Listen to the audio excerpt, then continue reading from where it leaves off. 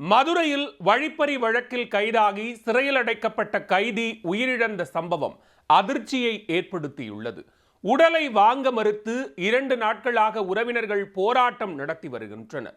கைதியின் உயிரிழப்புக்கு யார் காரணம்? மதுரை மதிச்சியம் பகுதியைச் சேர்ந்த கார்த்திக் என்ற இளைஞர் வழிப்பறி வழக்கில் சிக்கி மதிச்சியம் போலீசாரால் கைது செய்யப்பட்டார்.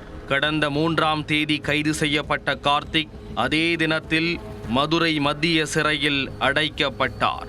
இந்நிலையில் திடீரென உடல்நலக்குறைவு ஏற்பட்டு 4ஆம் தேதி நள்ளிரவில் மதுரை அரசு ராஜாஜி மருத்துவமனையில் அனுமதிக்கப்பட்ட கார்த்திக் 5ஆம் தேதி அதிகாலை உயிரிழந்தார்.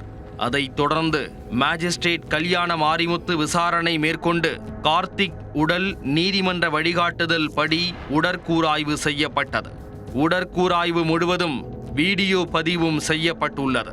ஆனால் நியாயம் கிடைக்கும் வரை உடலை வாங்க மாட்டோம் என உறவினர்கள் தெரிவித்ததால் கார்த்திக் உடல் மதுரை அரசு ராஜாஜி மருத்துவமனையில் வைக்கப்பட்டுள்ளது. இதனைத் தொடர்ந்து காவல்துறையினர் மீது நடவடிக்கை எடுக்க வலியுறுத்தியும் உரிய நிவாரணம் வழங்க கோரியும் 2 நாட்களாக போராட்டம் நடந்து வருகிறது. ஞாயிறு அன்று மதுரை கோரிப்பாளையம் தேவர் சிலை அருகில் கார்த்திக்கின் குடும்பத்தினர் சாலை மறியல் போராட்டத்தில் ஈடுபட்டனர்.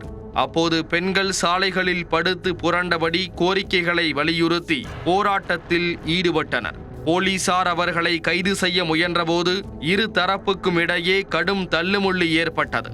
இதையடுத்து மறியலில் ஈடுபட்டவர்களை போலீசார் தரதரவென இழுத்துச் சென்று கைது செய்தனர்.